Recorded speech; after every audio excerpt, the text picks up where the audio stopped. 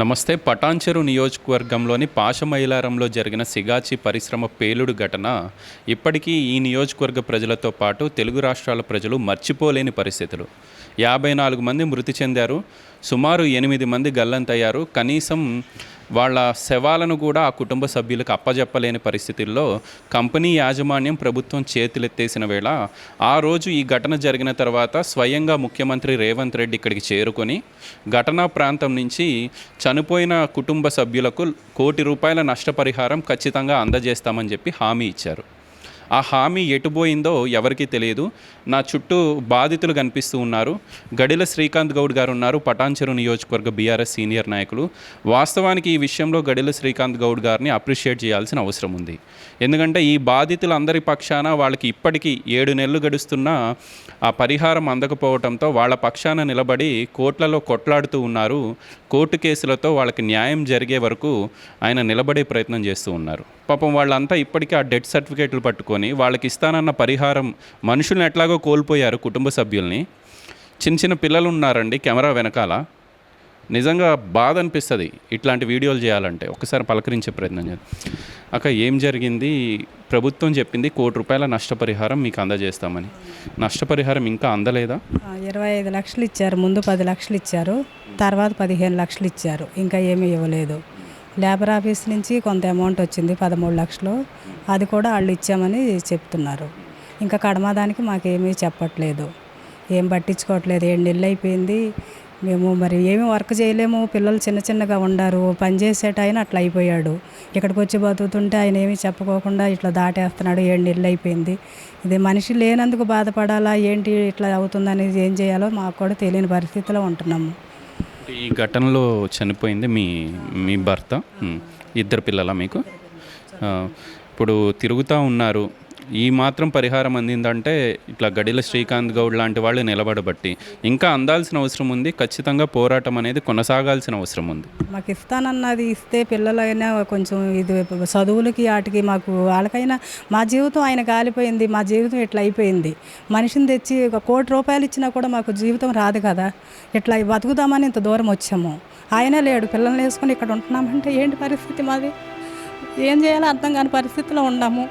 ఆయన డ్యూటీ చేసుకున్నప్పుడు శాలరీ ఇచ్చాడు. ఇప్పుడు మేము ఆయన అడుక్కున్నట్టు ఆయన కోసం తిరగాల మనుషులు. ఇప్పుడు ఆయన మనకు మనిషిని తెచ్చిస్తే మేము మా డబ్బులు చేసిన కష్టానికి ఆశించాము. ఎప్పుడు ఆయన దగ్గరికి వెళ్ళి మాకు ఎక్కువైనా అడగలేదు కదా కంపెనీ యాజమాన్యాన్ని. ఇప్పుడు మనుషులు ఇంతమంది చనిపోతే ఆయన ఏమి సమాధానం చెప్పుకోకుండా ఇచ్చేసాను నేను. ఆఖరి చనిపోయినప్పుడు బాడీతో పాటు 1 లక్ష ఇచ్చారు. అవి చెప్తున్నారు నరేంద్ర మోడీ గారు ఇచ్చారు. మాకు ఒక పిఎఫ్ డబ్బులు వస్తే కూడా అది కూడా లెక్కలోకి తీసుకుని చెప్తున్నారు. అది మాకు ఎట్లయినా వచ్చేదే కదా, మాకు కట్ అయిన పైసలే వస్తున్నాయి కదా, అది కూడా చెప్తున్నారు. మాకు న్యాయం చేయాలి, ఇస్తానన్న అమౌంట్ తొందరగా ఇవ్వాలి, మాకు పిల్లలకి అది న్యాయం చేయాలనే మేము చూస్తున్నాము. సో ఇప్పుడు ఆ డబ్బులు వస్తే 2 పిల్లల భవిష్యత్తు బాగుంటుంది అనేది కదా మీ పోరాటం. పిల్లల గురించి మేము బతకడానికి, పిల్లల్ని చిన్నగా ఉండాలి చదివించుకోవటానికి. మాకు ఆయన జీతం తెస్తే మేము 4 మనుషులు బతికేవాళ్ళం.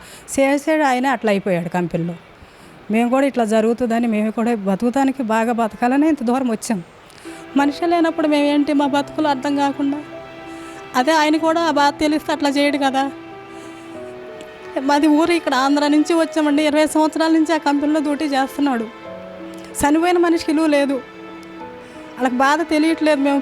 మేము ఎంత బాధపడుతున్నాం. 7 నెలల నుంచి బాధపడని రోజు లేదు. 10 రోజు బాధపడుతున్నాం. కానీ మనిషి రాడు కదా. ఇస్తానన్నదన్నా ఇస్తే వాళ్ళకైనా పిల్లలన్నా సెట్ అవుతారు, కొంచెం చదివించుకుంటామని అట్లా చూస్తున్నాం. బాధపడకుండా ఖచ్చితంగా ఇట్లాంటి నాయకులు ఉన్నారు కాబట్టి కోర్టులో కూడా ఈ కేసు నడుస్తుంది కాబట్టి న్యాయం జరుగుతుంది. మీరేం బాధపడకండి. ఈయనదైతే ఏం చెప్పాలో కూడా అర్థం కావట్లేదు. జస్టిన్ అనే కుర్రోడి కోసం మీరు ఎంత పోరాటం చేశారో మేము కూడా చూసాం. అబ్బాయిని ఆచూకీ కూడా తెలియకుండా పోయినట్టుంది బహుశా మీరు. సార్, నా కొడుకు పేరు జస్టిన్, నా పేరు రామదాస్. మేము ఘటన జరిగిన తర్వాత పోయినాము. 2:30కు తెలిసింది మాకు.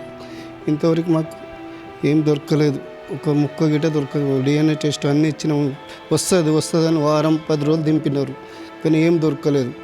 ఏం చెప్పారు, ఇస్తామని చెప్పేసి ఒకసారి 15 లక్షలు, ఒకసారి 10 లక్షలు ఇచ్చారు. ఇంకా వస్తాయని చెప్పారు. ఇప్పుడు నేను 6 నెలలు తిరుగుతూ ఉన్నా, పిచ్చోడై తిరుగుతున్నాయి. ఏం చేయలేదు అసలు. వాళ్ళు చెప్తున్నారు వస్తాయి అంటున్నారు. ఫోన్ చేస్తే ఒకసారి వచ్చినాయి కదా ఇంకేం వస్తాయి. ఒక ఆయన కంపెనీ ఎంప్లాయీస్ అని 25 లక్షలు వచ్చినా ఇంకేం వస్తుందని చెప్తున్నారు. మొన్న పోయి ఇది చేస్తే డేట్ సర్టిఫికేట్ ఇచ్చినారు. ఇచ్చి 17 లక్షల చెక్ రాసినాము. అది మార్చి నెలలో వస్తాయంట. ఇంతవరకు ఏం ఇయ్యలేము మనకు. సో మనతో పాటు గడిల శ్రీకాంత్ గౌడ్ గారు ఉన్నారు. వాస్తవానికి వాళ్ళందరితో మాట్లాడించాలని ఉంది, కానీ మళ్ళీ వాళ్ళ కళ్ళలో కన్నీళ్లు చూడలేక మాట్లాడించలేని పరిస్థితులు. ఇంత దారుణమైన ప్రభుత్వాలు ఉండటం సిగ్గుచేటు అనుకోవచ్చు. స్వయంగా ముఖ్యమంత్రి రేవంత్ రెడ్డి వచ్చి ₹1 కోటి మేము ఇప్పిస్తామని చెప్పి కనీసం కంపెనీ వాళ్ళతో ₹1 కోటి పరిహారం ఇప్పించలేని పరిస్థితులు ఏంటండి? గోపి గారు, ముందుగా న్యూస్ 16 ఛానల్కి మనస్ఫూర్తిగా నేను ధన్యవాదాలు తెలియజేస్తా ఉన్నా. ఎందుకంటే ఇష్యూ జరిగిన రోజు నుంచి మొదలెడితే ఈ రోజు దాకా ఎన్ని ఒత్తిళ్ళున్నా, ఎన్ని ఇబ్బందులున్నా, ఒక పాత్రికేయ మిత్రుడిగా, ఓ జర్నలిస్ట్గా, ఒక న్యూస్ ఛానల్గా నిజాన్ని నిర్భయంగా, నిర్మోహమాటంగా వాళ్లకు అండగా, ఈ చనిపోయిన కుటుంబాలకు అండగా మీరు చేస్తున్నటువంటి ఈ ప్రయత్నం, పోరాటం కూడా ఈ డబ్బులు వచ్చి వాళ్ళకు న్యాయం చేయాలనే పోరాటంలో ప్రథమ పాత్ర. మీలాగా ఇంకా చాలామంది పాత్రికేయ మిత్రులు, అదేవిధంగా కొందరు సామాజిక కార్యకర్తలు, కొందరు రాజకీయ నాయకులు ఈ కోవలో వాళ్లకు అండగా ఇప్పుడు చాలామంది రాష్ట్రంలో ఇతర రాష్ట్రాల నుంచి స్థానికేతరులు కాకుండా ఉన్నప్పటికీ ఎలాంటి స్వార్థం లేకుండా పోరాటం చేస్తూ ఉన్నారు వాళ్ళకి డబ్బులు ఇప్పించడానికి. అయితే వీటన్నిటి అంశాల్లో ముఖ్యమైన భూమిక ఆ రోజు ఇన్సిడెంట్ జరగడం చాలా దురదృష్టకరం, భయానకమైనటువంటి సంఘటన. ఒక 54 మంది ప్రాణాలు కోల్పోయి 54 కుటుంబాలు వీధిన పడ్డ సంఘటన ఇది. భారతదేశమే వణికించిన ఇంత పెద్ద ఘటన రాష్ట్ర ప్రభుత్వానికి, జిల్లా యంత్రాంగానికి చీమగుట్టినట్టు కూడా లేదు. దానిని మభ్యపెట్టి మోసం చేయడానికి కంకణం కట్టుకొని తిరుగుతూ ఉన్నారు. ఈరోజు మీరు కోర్టుకు వెళ్ళి ఈరోజు అఫిడవిట్ సమర్పిస్తూ ఉన్నారు. మీకు సిగ్గు అనిపించట్లేదా? 54 మంది ప్రాణాలు బలిగొని ఆ 54 మందికి న్యాయం చేయమని అడిగితే మీకు కోర్టుకు సమాధానం చెప్పాల్సిన అవసరం ఏమున్నది? మీరు కోర్టుకు సమాధానం చెప్తున్నారు అంటేనే మీరు మోసం చేయడానికి కంకణం కట్టుకున్నారు అని చెప్పి ప్రూవ్ అవుతున్నది. మీరు అది కూడా ఏంది, స్వయాన కార్మిక శాఖ మంత్రి 50 నుంచి 60 లక్షలు ఇచ్చినామని చెప్పి తప్పుడు లెక్కలు చెప్తా ఉన్నాడు. ఆయన ఒక బాధ్యతాయుతమైన దాంట్లో ఉండి, ఆయనకు కూడా ఒక కంపెనీ ఉంది, కార్మికుల బాధలేంటియో తెలుసు. ఇట్లా చెప్పొచ్చా? నువ్వు ఎవరిని మోసం చేస్తా ఉన్నావు? నీ రాష్ట్ర ప్రజలను, నీ కార్మికులను పొట్ట చేత పట్టుకొని వాళ్ళ కుటుంబాలను, వాళ్ళ పిల్లల భవిష్యత్తును ఏదో దొరికిన కాడికి పని చేసుకొని ఆ చెమట రక్తంగా మార్చి ఎంత ఇబ్బంది పడి ఆ వచ్చిన పైసలతో ఇల్లు చాదుకుందామని చేసే ప్రయత్నాన్ని నువ్వు ఈరోజు మోసపూరితంగా అడ్డుకునే ప్రయత్నం చేస్తా ఉన్నావు.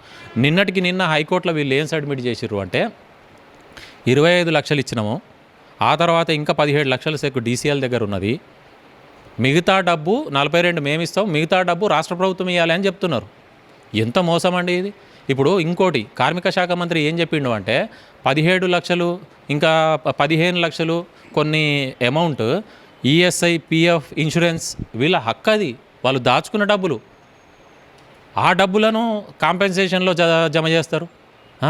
మోసం చేయడానికి ఎవరు దొరకలేదా? చచ్చిన వాళ్ళను మోసం చేసే ఘనత మీకే దక్కుతుంది. సిగ్గుపడాలి. అండ్ ఈ ఘటన జరిగిన 6 నెలల తర్వాత ఆ సీఈఓని అరెస్ట్ చేశామని చెప్పి చాలా గొప్పగా పేపర్ స్టేట్మెంట్లు చూస్తూ ఉన్నాం.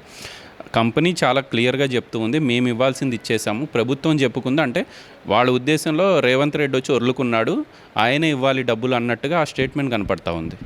ముమ్మాటికి అంటే ఇందులో అటు రాష్ట్ర ప్రభుత్వం, ముఖ్యమంత్రి గారు, కంపెనీ యాజమాన్యం, అదేవిధంగా వివిధ శాఖల అధికారులు వీళ్ళంతా దోషులే.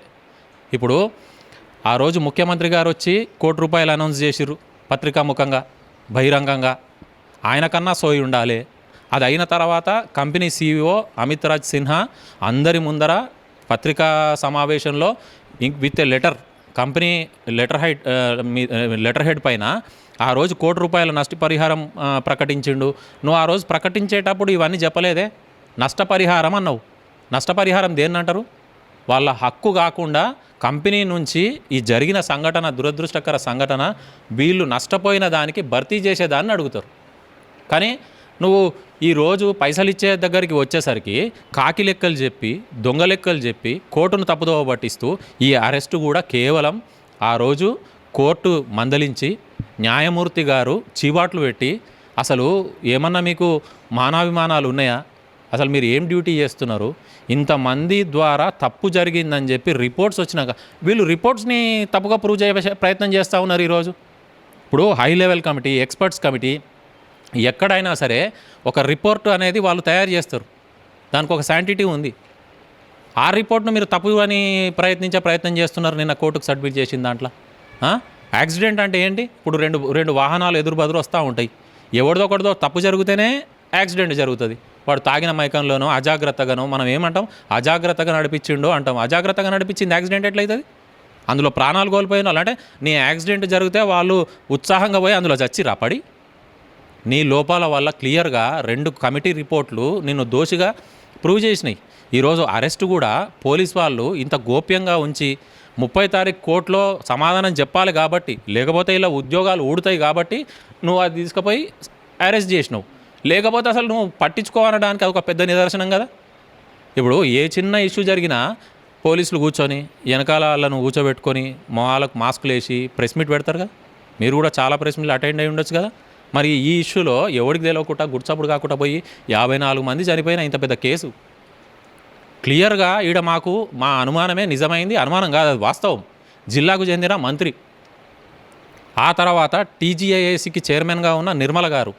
ఇప్పుడు తెలంగాణ ప్రాంతానికి మీరు ఒక చైర్మన్ ఇండస్ట్రియల్ ఏరియాలో, జగ్గారెడ్డి గారు కాంగ్రెస్లో సీనియర్ నాయకులు, మాజీ ప్రజాప్రతినిధి, ఆయన అపూర్వమైన అనుభవం కలిగి సాధక బాధకాలు రూట్ లెవెల్లో చూసిన మంచి. ఇదేనా మీరు చేసే న్యాయం? ఇండస్ట్రియల్ ఏరియాలో ఈ రోజు దాకా నిర్మల గారు పొద్దున్నే ఒక ఇండస్ట్రియలిస్ట్ నా దగ్గరకు వచ్చి చెప్పిండు, 12% అంటే ఇది సబ్జెక్టు మళ్ళీ డివేట్ అవుతుంది కానీ 12% కమిషన్ తీసుకున్న దాకా ఆడ పనే అవుతలేదు. 54 మంది చచ్చిపోయిన అంశం మీకు పట్టిలేదు, ఏ రోజు కూడా మీరు పట్టించుకోలేదు, తప్పుడు రిపోర్ట్లు సబ్మిట్ చేస్తూ ఉన్నారు. ఈ మంత్రి గారు వీళ్ళు కలిసి 54 మంది కుటుంబాలకు అన్యాయం చేస్తున్నారు. వాళ్ళ ఉసురు ఊరికే పోదు. మీరు ఎవరికి సపోర్ట్ చేస్తూ ఉన్నారు? ఒక పారిశ్రామికవేత్తకు తప్పుడు విధంగా వీళ్ళ ప్రాణాలు బలిగొన్న వాళ్ళకి మీరు సపోర్ట్ చేస్తూ ఉన్నారు. అధికారుల నిర్లక్ష్యం లేకపోతే అంత బ్లాస్ట్ ఎట్లా జరుగుతుంది? ఇప్పుడు ఈ అంశం ఇక్కడితో ముడిపడ్డది కాదు, కోర్టుకు పోయి దీన్ని సీరియస్గా ఎవరైతే బాధ్యులో వాళ్ళని శిక్షించాలనేది. ఎందుకు అంటే ఇండస్ట్రియల్ ఏరియాలో దాదాపు 200-300 కంపెనీలు ఉన్నాయి ఈ కోవకు చెందినవి. అందులో కొన్ని వేల మంది పనిచేస్తూ ఉన్నారు.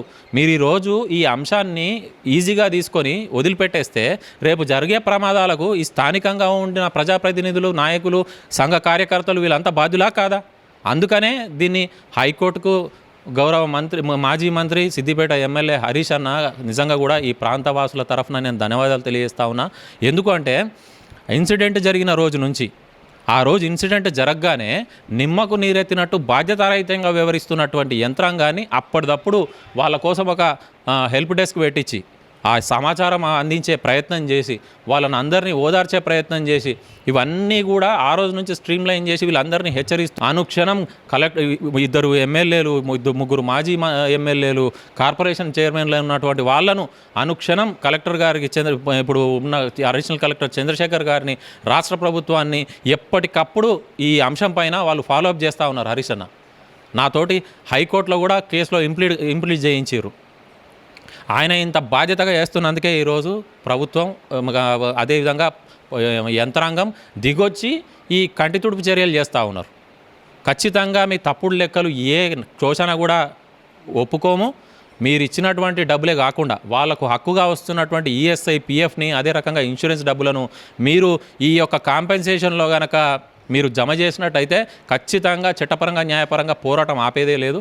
హరీష్ అన్న దృష్టికి కూడా ఈ అంశాన్ని తీసుకెళ్ళిన తర్వాతనే ఆ యొక్క కార్మిక మంత్రి వివేక్ గారు ఇచ్చినటువంటి తప్పుడు సమాచారాన్ని తప్పు అని కోర్టులోనే ప్రూవ్ చేశారు.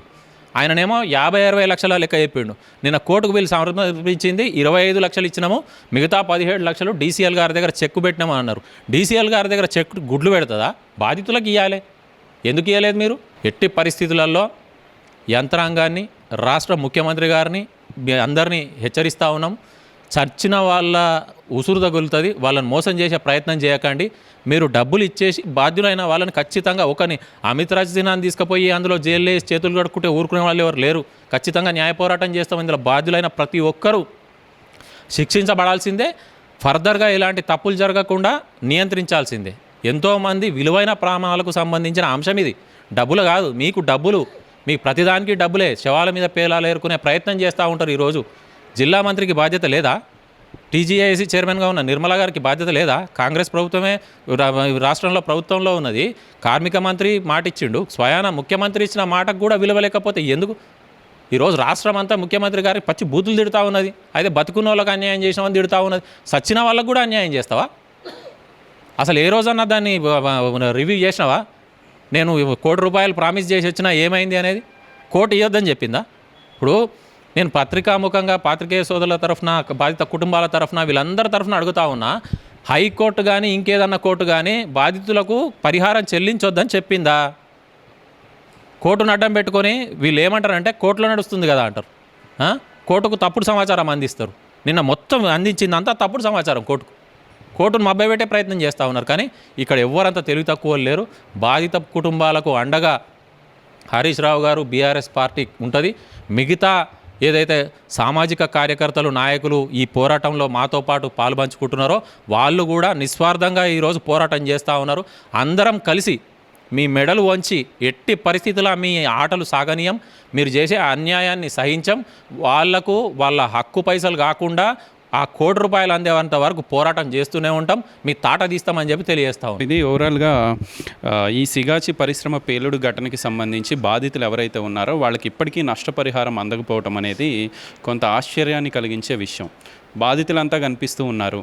పాపం ఇతర రాష్ట్రాల బిడ్డలు ఈ పటాన్ చెరు నియోజకవర్గం మాకు పట్టెడు అన్నం పెడుతుందని చెప్పి ఎన్నో ఏళ్ల క్రితం ఇక్కడికి వచ్చి ఆ సిగాచి పరిశ్రమలో ఉద్యోగాలు చేసుకుంటూ, పనులు చేసుకుంటూ కాలి బూడిదైపోయిన ఆ కుటుంబ సభ్యుల రోదన ఇది. వాళ్ళెవరితో మనం మాట్లాడించలేని పరిస్థితులు. ఒకరికి 18 లక్షలు ఇచ్చారంటున్నారు, ఒకరికి 17 లక్షలు, ఒకరికి 23 లక్షలు. వాస్తవానికి ప్రభుత్వం ముఖ్యమంత్రి రేవంత్ రెడ్డి వచ్చి చెప్పారు కదా, ఇదే పటాన్ చెరువు వచ్చి ₹1 కోటి ఈ కుటుంబాలకు అందజేస్తామని. అది కూడా ప్రభుత్వం ఇస్తుందా, ఎవరిస్తారా అనేది మీకు అనవసరం, నేను ఇప్పించే బాధ్యత నాది అని చెప్పి ముఖ్యమంత్రి చెప్పిన మాటలకు కూడా విలువ లేకుండా ఈరోజు ఈ కార్మిక బిడ్డలు ఎవరైతే ఉన్నారో వాళ్ళ కుటుంబ సభ్యులను కోల్పోయిన వాళ్ళు రోధిస్తూ ఇదే సిగాచి సాక్షిగా ఈ పటాన్ చెరువు గడ్డపైన బోరుమని విలపిస్తూ ఉన్న పరిస్థితులు. ఈ విషయాలన్నీ ప్రజలు కూడా గమనించాల్సిన అవసరం ఉంది. ఖచ్చితంగా మీ అభిప్రాయాన్ని కామెంట్ రూపంలో తెలియజేయండి. వీడియో జర్నలిస్ట్ సంజీతో గోపికృష్ణ, న్యూస్ 16, పటాన్ చెరు నియోజకవర్గం నుంచి.